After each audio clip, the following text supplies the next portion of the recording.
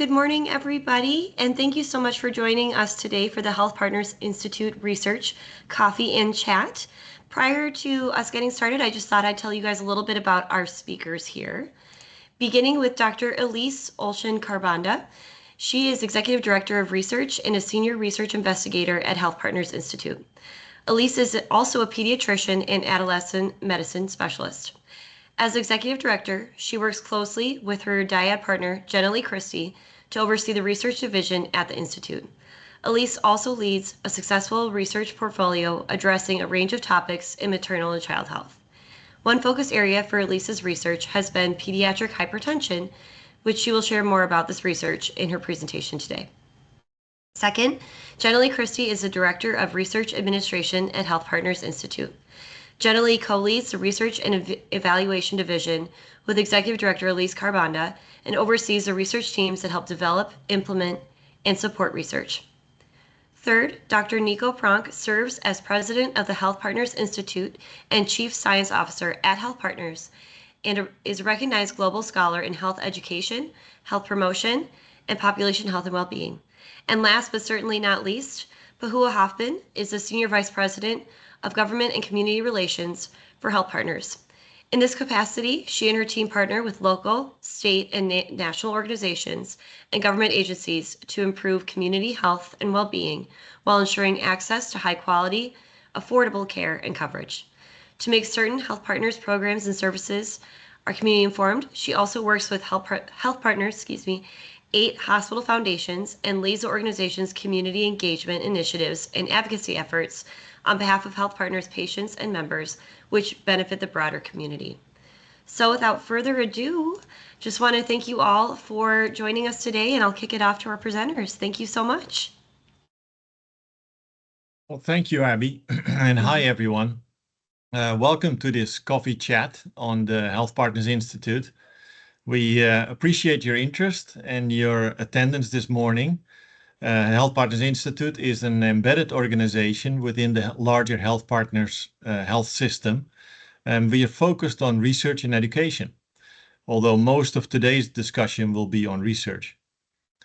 Over the past 6 months or so, we've had many of our Health Partners colleagues, external friends and collaborators ask us how the many changes of the federal levels are affecting us.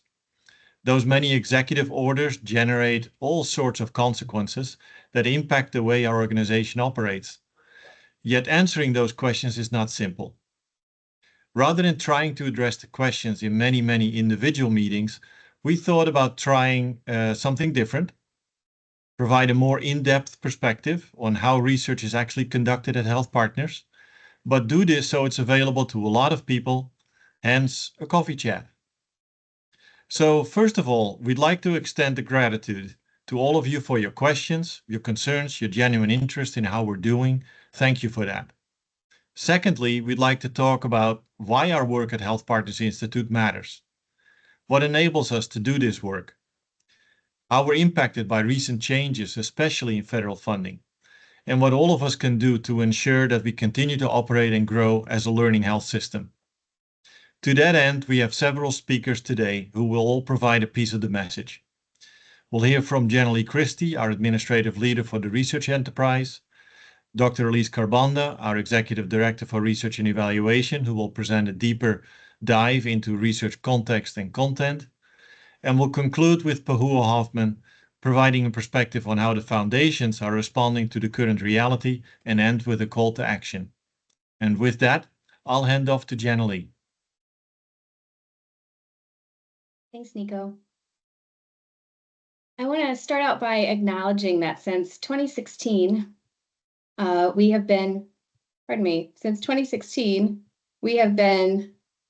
my slides are not advancing like they're supposed to, sorry.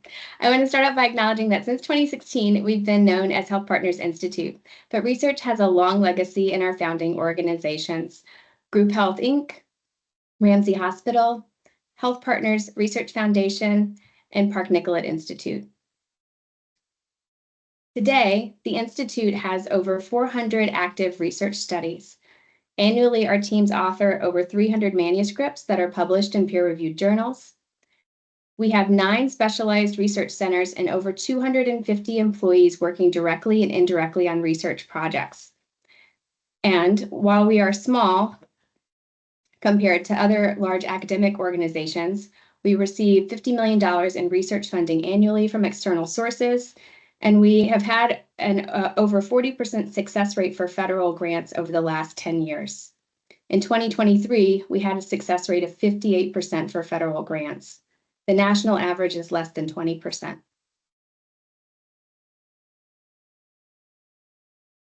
Understanding how to improve health and well-being is for our patients, members, and community is at the heart of all of our research. I just want to share a few examples from our research focus areas. The Pregnancy and Child Health Research Center has studied the safety of depression and anxiety treatment during pregnancy and the impact of treatment on pregnancy, delivery, infant outcomes, including lactation. HealthPartners is one of only a few systems in the country that provides medical and dental care, and the Institute has been a leader in dental research for over 20 years. Our Center for Oral Health Innovation leverages our unique dental medical integration to develop interventions to promote smoking cessation and prevent oral cancer. Our experts in clinical decision support have developed tools within the electronic health record to help clinicians deliver up-to-date evidence-based care. This work has expanded beyond the management of chronic diseases like hypertension and diabetes to many other areas, including medication adherence, chronic kidney disease, cognitive impairment, and opioid use disorder.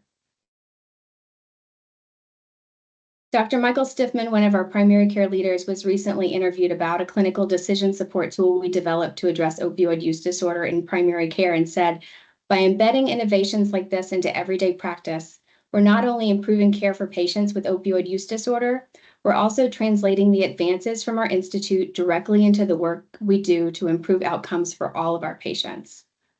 I think this is the perfect summary for why our teams are so passionate about the work that we do at the Institute.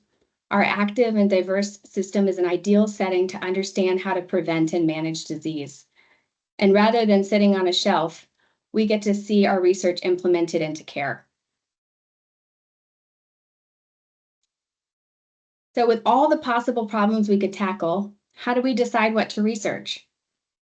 Sometimes a researcher has a new idea they want to pursue, or more often a continuation of an established line of work.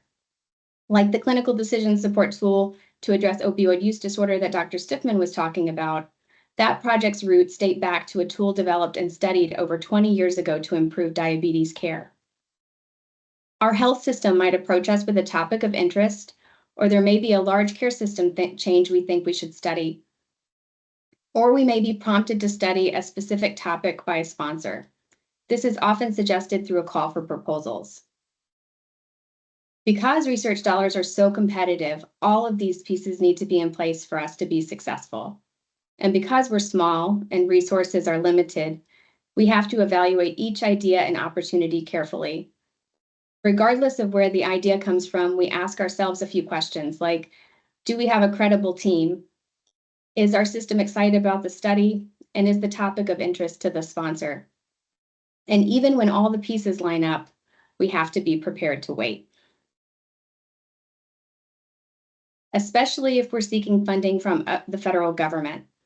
This is the typical timeline for a federal grant. Once a researcher has a new idea, it can take several months to develop and submit a grant. We have to find the right opportunity, assemble the team, develop a plan and budget, and write up our approach. Once the grant is submitted, we wait several months for it to be reviewed by experts. If we're lucky, the review is favorable. But even with our careful evaluation and high success rate, it's normal to receive feedback in the review process and have to go back to the first step, rewriting and resubmitting our grant. Even after a favorable review, waiting on funding usually takes at best 3 months, and most years with delays in federal budgets, it can take much longer. In the best case scenario, we get to celebrate an award about a year after a proposal is submitted, but the timeline can be up to 2 years or more for a grant that needs to be resubmitted. And that's before the research can actually start.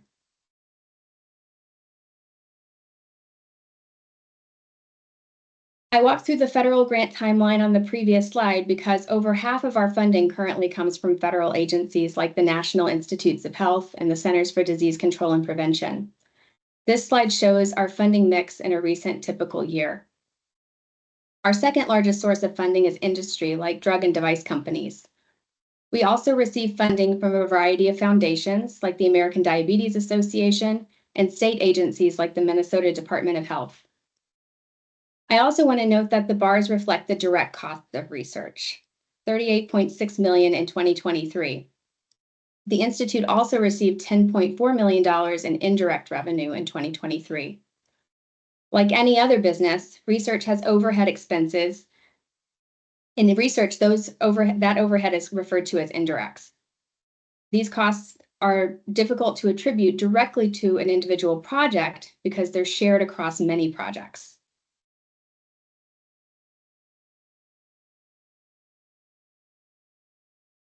Let's think about these eggs as research projects.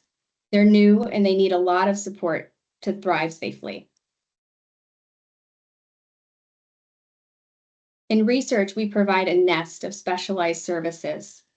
For example, we have a team of experts who know how to help shape new grant ideas into grant proposals and complete complicated grant applications. We have a finance team that knows all about the special requirements for us to be financially compliant with federal awards. And because health research involves human subjects and protected health information, we have our own compliance team that ensures the work we do is organizationally appropriate, ethical, and compliant with all state and federal regulations. But that's not all. We conduct research within a larger care system. As an embedded organization, we rely on all the central infrastructure provided by our system, like IT, human resources, and communications. Those services come at a cost. Rent for our clinical and administrative space is also an organizational cost accounted for by indirects. Like all organizations that do federal research, we annually add up all of these expenses, the nest and our portion of the tree, and submit them to the federal government with a suggested rate for approval. Our current indirect rate approved by the federal government is 57%. In February, NIH published a notice stating it was capping indirect costs at 15%. About a month later, a judge filed a preliminary injunction to block that change that was later followed by a permanent injunction. If the Institute had a 15% cap on indirects in 2023, the slide I showed you previously, we would have seen a $6 million drop in our indirect revenue.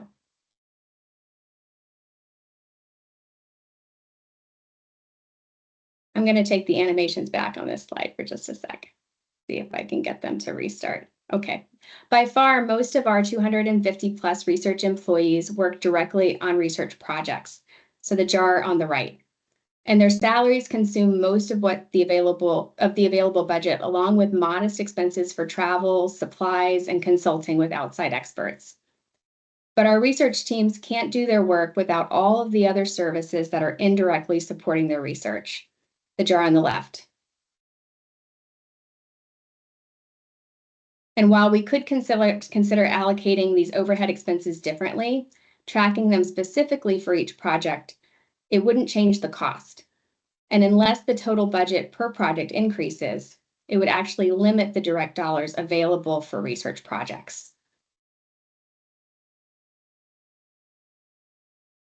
Soon after the indirect announcement, NIH and other federal agencies began terminating existing grants. It was really unprecedented for federal grants. Previously, terminations were very rare, and they were really only terminated for misuse of federal funds.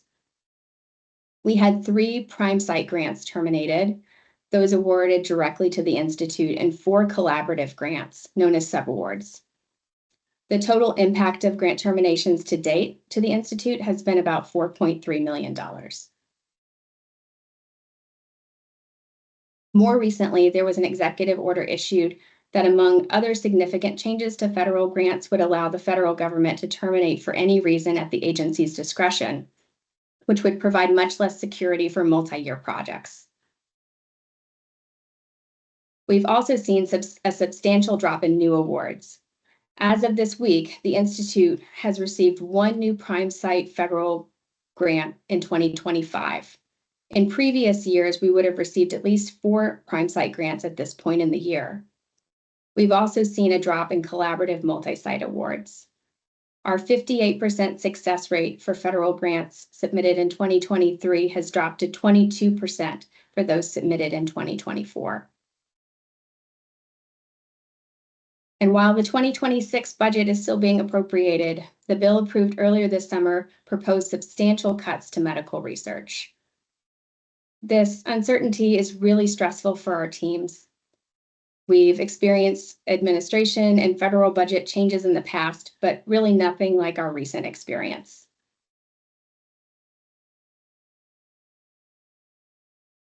Fortunately, researchers are inherently optimistic and patient. They have to be in order to be successful in the work that they do.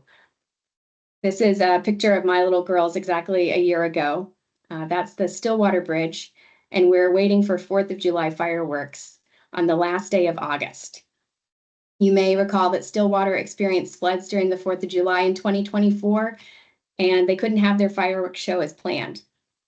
The city decided to shoot them off as an end of summer celebration instead. So while the uncertainty is stressful, we must see these changes as opportunities to pivot. We don't want to lose our investments or our momentum, especially when there are so many important healthcare challenges still to tackle. We'll need to be patient because change doesn't happen overnight. And now I'm going to pass it off to Elyse, one of those patient, optimistic researchers, to talk more about her research in pediatric hypertension. Thanks, Jenilee.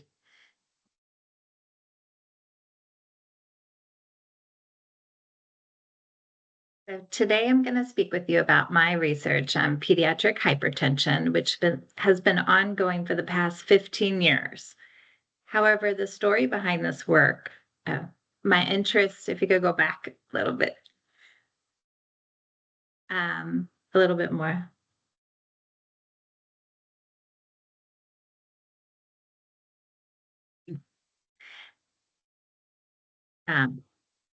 The story behind this work, my interest in the topic, goes back much further. I'll start by sharing what the common teaching was related to hypertension in children when I was in medical school and during my residency training in pediatrics. Then I'll share a patient perspective. The patient happens to be my husband.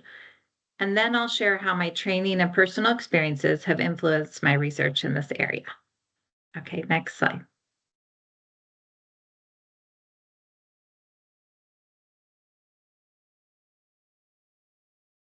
So I'll start with my training in medical school and pediatric residency. So hypertension's long been considered a chronic disease of adults.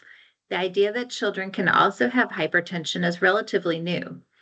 In 1977, the first task force report on pediatric blood pressure met and published the first definitions for hypertension in children.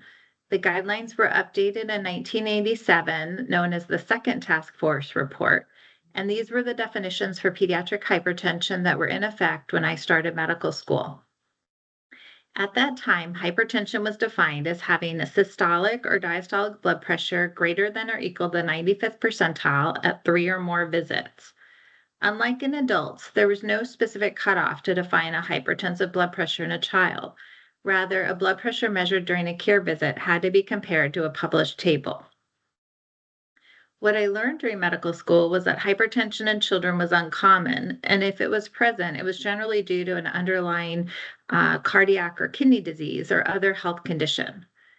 My pediatric residency training was focused on treating hypertensive emergencies or very high blood pressures and evaluating these children with very high blood pressures for underlying causes for their hypertension. And as a reminder, this was the 1990s. We were still using paper charts. So figuring out if a patient had hypertension would require reviewing handwritten blood pressures through multiple different pages in the electronic health record, comparing those measurements to a blood pressure table in a book, a step that was often skipped in busy care settings. Studies to understand the prevalence of hypertension in children were limited in size and scope due to the time that it would take to manually review charts and classify these blood pressures.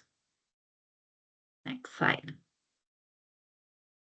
So next, I'll share a little bit about my husband and his experience as a patient with hypertension.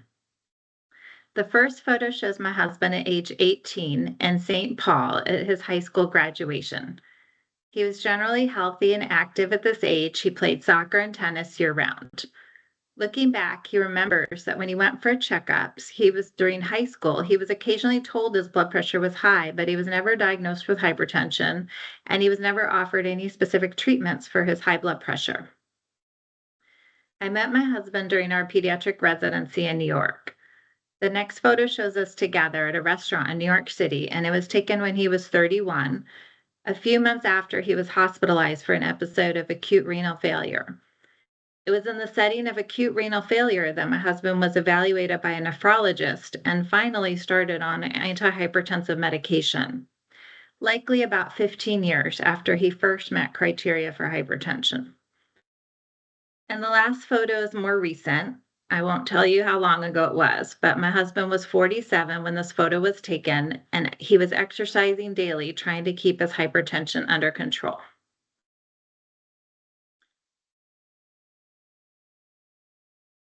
So now I'll share a little bit more about my research on hypertension. So 2004 was a big year.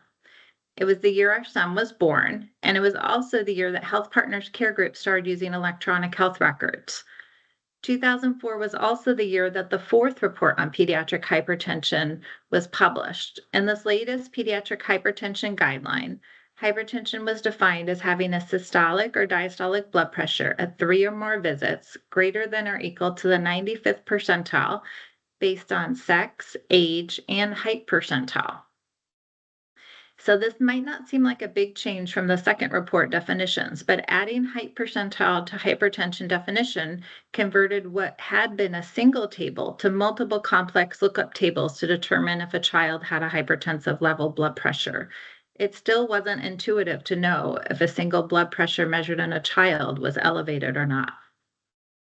However, on a positive note, as blood pressure measurements were now recorded in the electronic health record, real-world studies of pediatric hypertension using data recorded during routine care visits was feasible.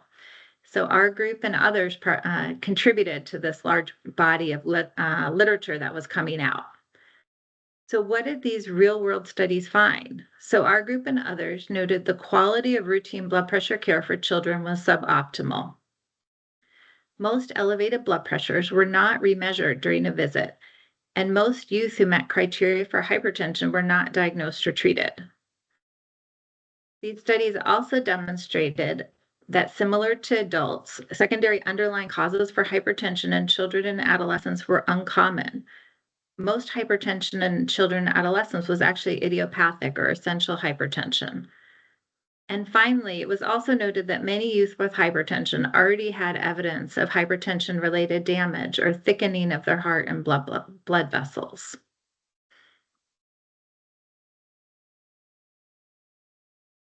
This slide shows national data on the prevalence of hypertension in adults for 2021 to 2023. I thought my husband's case was unusual, but actually, according to this data, 30% of men 18 to 39 years in the US have hypertension. Meanwhile, our data, studies that we've published and others have found hypertension prevalence in children and adolescents to be about 2 to 5%. The take home here is that risks for high blood pressure and hypertension don't magically appear on one's 18th birthday, and we are likely still missing identifying and treating many patients whose onset of hypertension is during adolescence. And many may end up like my husband, only start treatment in the setting of a more serious illness. Along with the electronic health record, the other advancement that made my research possible was the technical infrastructure that allowed for real-time two-way communication between the electronic health record and algorithms hosted on a research server. As shown in the figure on the right here, the system that was built by our Institute software engineers allows for information in the electronic health record, including blood pressures, prior diagnoses, medications, and lab results, to be pulled and processed, returning to the provider in real time during a care visit, personalized clinical decision support. In my first large project here as a researcher at HealthPartners, I was able to leverage this technology to improve blood pressure care in our health system. So with funding from NIH, we built the PEDS BP clinical decision support tool, and then we evaluated this tool in a 2-year trial in 20 HealthPartners clinics, primary care clinics. 10 clinics were randomized to have our PEDS BP clinical decision support tool live and integrated with electronic health record, while 10 were randomized to usual care or no decision support. An example of the decision support and what displays for the provider is shown on the slide. In this trial, we found that youth 10 to 17 years of age with hypertension were twice as likely to be clinically recognized if they received care at a PEDS BP intervention clinic as compared to what occurred to teens with new onset hypertension at usual care clinics. In the initial study, we found that the PEDS BP clinical decision support tool increased provider recognition of hypertension. However, we wondered if these findings could be replicated we wondered if these findings were unique to HealthPartners. Could the study be replicated in a different health system? The image on the right shows clinics that we worked with in a second trial spread across 3 states. With funding from AHRQ, or the Agency for Healthcare Research and Quality, we conducted a new 18-month trial at Essentia Health. 25 clinics were randomized to receive the PEDS BP clinical decision support tool, while 15 clinics were randomized to usual care.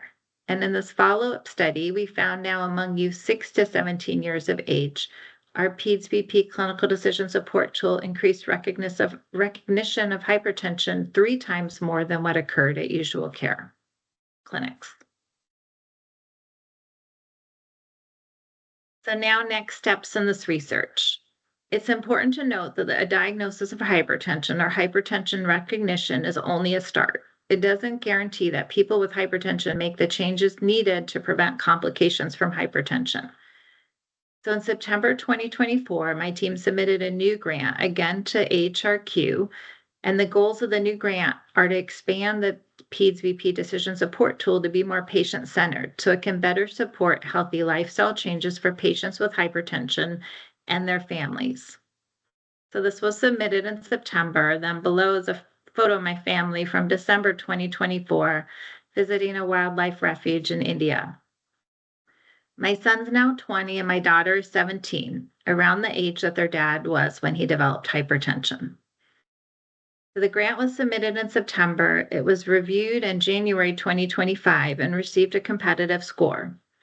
However, we were notified in March 2025 that new funding at the agency was on pause. There have been no updates since then.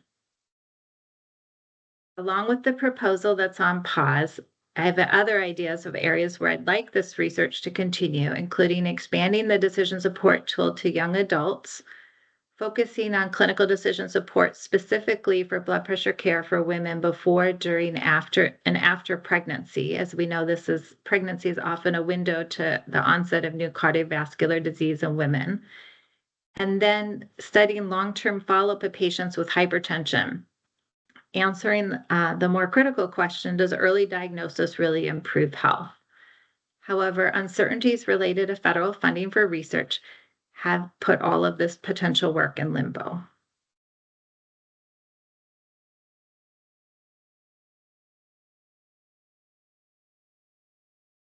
Thank you, Elyse. Good morning, everybody. I'm Pahoua Hoffman. Again, I lead our government community relations for HealthPartners. It's a pleasure to be with all of you and certainly a pleasure to join the panel with Jenilee, Elyse, and Nico. And probably the number one question we get here, and I'm sure my colleagues get them too, is what can I do to help? After they've read things in the paper about the impact on the on research, given the uncertainty at the various government levels, including our federal government, some changes there. How might that flow down to the work that you just heard that our researchers do? And so on this slide, here are things that you can do in your seat, where you are, where you work, even where you live, depending on who is around you and who might be in your network. As you heard from Jenilee, Elyse, and Nico, there's a lot of really important work that we do here at HealthPartners. And I do think HealthPartners is really unique in that we are a health plan organization, we are a care delivery system, and we have this really great research team that earlier Jenilee said the research findings really find their way back into being implemented in the care that we provide. And so this work is really important. Often we do it so quietly that no one might not know all the things that we do. And so today is a glimpse of the work that really are impacting real people out in the community, making them healthier. So based on what you heard today, we hope that you will help educate policymakers that you might know on the importance of health research funding. You can already see from the slides that we have a very strong success rate in terms of our federal grant, but that's 40 and 50%, and we still need to fill that gap with other funding. And I think if I remember correctly, about 4.6 million of that comes from other foundation funding outside of government sources. And so, I'm just going to jump to bullet 3. Reach out to your networks about philanthropic opportunities to help close that funding gap. Certainly, there are many opportunities here, even at HealthPartners, that you can support our research directly. On the Research Institute page, I know that there's a donate button now. And so if you feel so compelled, we would love for you to be a partner in helping us make sure that our research continues. And also just raise awareness in your community about the impact of fewer research studies. So this goes even beyond the Research Institute here at HealthPartners. But the things that we're experiencing now, given the changes and uncertainty, is impacting HealthPartners research, but it's impacting many other research organizations too. Think the University of Minnesota, think larger institutions like Harvard, et cetera, who are carrying out multi-year research studies that may be impacted by some of the changes. So just raise awareness in your community about the impact that fewer research might have. And then consider opportunities for collaboration and connection with your network. Many of you are subject matter experts in your own field, in the work that you do. Know that our institute offers expert consultation, clinical simulation, and we are very skilled at program evaluation. And so maybe there are things that your own organization might need. Know that they can call on us for our expertise. And then stay connected by signing up to receive the Institute's e-newsletter. Again, I think on the Institute's website, you can click on a button and subscribe to our regular newsletter so that you can keep up to date with what we are doing, and any changes that might occur will also flow through that newsletter. Well, now we get to the really exciting part. I think the next slide is our Q&A, and I'm happy to field the Q&A. Please, there's a Q&A button at the top. If you have questions, we'd love for you to put them in there. I will review the questions and maybe direct as best I can to our panel members.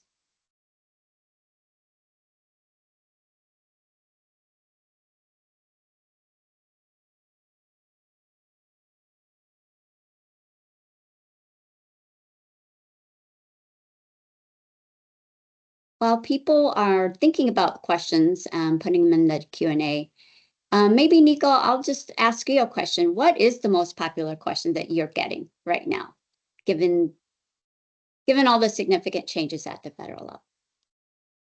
Well, I think the most popular question is that concern about how are you affected by all these federal changes that are happening, and and just like as Jenilee in particular addressed earlier, particularly when there are studies that are canceled, it's an immediate concern.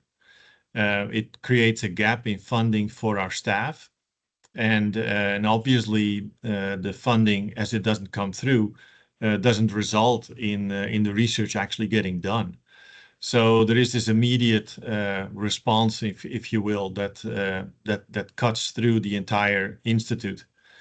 because every research project is not just supported by a principal investigator or a researcher, it's an entire team that sits behind it. So that really is, I think, the one question that sort of cuts to the core right away.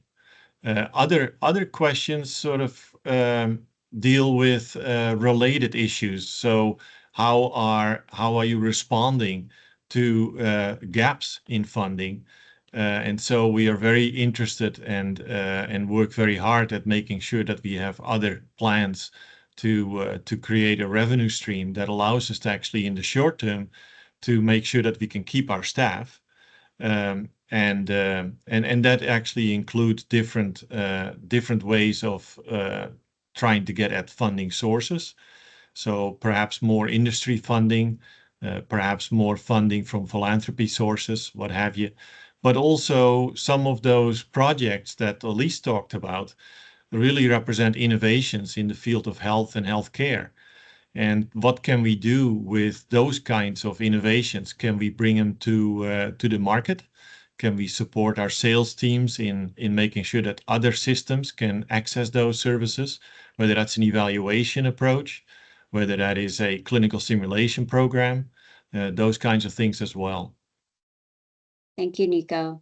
And we have a question here from Dr. Thorpe, and I'm going to read it, and I'm going to direct it to Elyse maybe to start.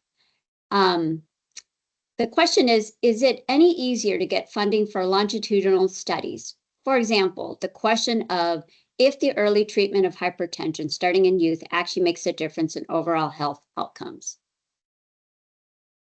Yeah, I mean, as compared to cross-sectional studies, yeah, I mean, longitudinal studies where you're able to follow patients over a long period are more competitive. It's better science. It's also better science when your population is more generalizable and representative of a larger population. So often we do studies not just within our health system, but we partner with other health systems to get a larger, more generalizable population. I think that often interventions are preferred by federal funders over observational studies. So, but both have sort of important roles in the overall, understanding the science. Thank you, Elyse. And Jenilee, I'm going to have this question direct to you. Does all research require grant funding? So not necessarily grant funding. There's a variety of funding sources that support research. But thinking about even if a study originates from, say, a clinical department, there are still resources that go into supporting that study because it needs to be submitted to our IRB for review and approval. There's usually infrastructure requirements, like there might be a statistician that's needed to conduct the analysis. So those are all resources that the Institute has and deploys both to internal and external projects that require some source of support. Thank you, Jenilee. And Nico, this last question I'm going to direct to you. What are the long-term implications to research and advances in medicine as it relates to these cuts or these changes? Well, I think the long-term implications really have to do with how does the research enterprise as a whole respond to this. So in the short term, there may be a project here, a project there that gets cut or is cut back. But in the long term, can we get to those questions that need to be answered in order to really improve the health of the population that we serve? And if you cannot be confident, or if the likelihood that the funding sources are not stable, then there's going to be a lot of concern about whether or not those questions are going to be answered. And I think that's the long-term implication that worries us the most. Is our research enterprise as a whole shaken by this level of funding concern that really addresses confidence and trust into that system in particular? Thank you, Nico. And Elyse, I'll ask this last question before we close out here. One thing I've learned partly through talking with all of you is how collaborative the research community is. and you all work with each other, even across state lines, really understanding each other's research and contributing where you can. And I think that is probably what's kept you going and kept you updated as these changes are occurring. And I'm wondering how each of you, or how are you all supporting each other through these through this time of uncertainty? Pahoua, that's a tough question. I would say we have good days and better days, trying to be optimistic here. But I think knowing that we're not alone in the challenges, I have a lot of collaborators in academics here locally at the University of Minnesota, but across the country. And so I think we learn a lot sharing from each other how our organizations are addressing the challenges, how individuals are addressing the challenges. I tell my team sometimes, especially related to some of the grants that were terminated, that any, clearly we don't agree with the assessment that this is not a priority. And so our work is sort of an act of resistance. And we do need to sort of resist the attacks on science and the attacks on truth and the importance of data to support science, right? And so I think that we sort of think I go back a lot to our mission and sort of when deciding what to work on and how hard to push an initiative, even when I'm facing setbacks, is aligned with our mission. Is this important work of value to, and is it work that's going to promote the health of our population? And in those situations, sort of push our teams to proceed despite the frustrations and despite the setbacks and sort of unusual situations that we're in right now. Thank you so much, Elyse. And so before I hand it over to Abby to close this out, just want to reiterate the call to action from all of us. Given what you heard today, we hope that you'll be a partner with us in educating policymakers whom you might know on the importance of research and how the work that we do really go back into the care that we provide through HealthPartners. So we hope that you join us. We also hope that you consider, as we're facing funding challenges, that you play a partner in that too. All of us through the 8 foundations that are affiliated with HealthPartners, we work really hard every day, Abby included, in making sure that you know the impact that we have in the community, and whatever way that you can help in philanthropic efforts. We are so grateful for any help that you can contribute there as well. So Abby, back to you. Thank you, Pahoua and Nico and Jenilee and Elyse for your amazing presentation. And we cannot thank you enough for all of the very important and innovative work that you do. And thank you for sharing a little bit with us today about all the amazing work that you guys do. And if anybody has any questions, after the presentation, is it okay if I field them over to you? Yeah, Absolutely. sure. Wonderful. For sure. Thank you. And thank you everybody for attending today. And I hope everyone has a wonderful day. Thank you all.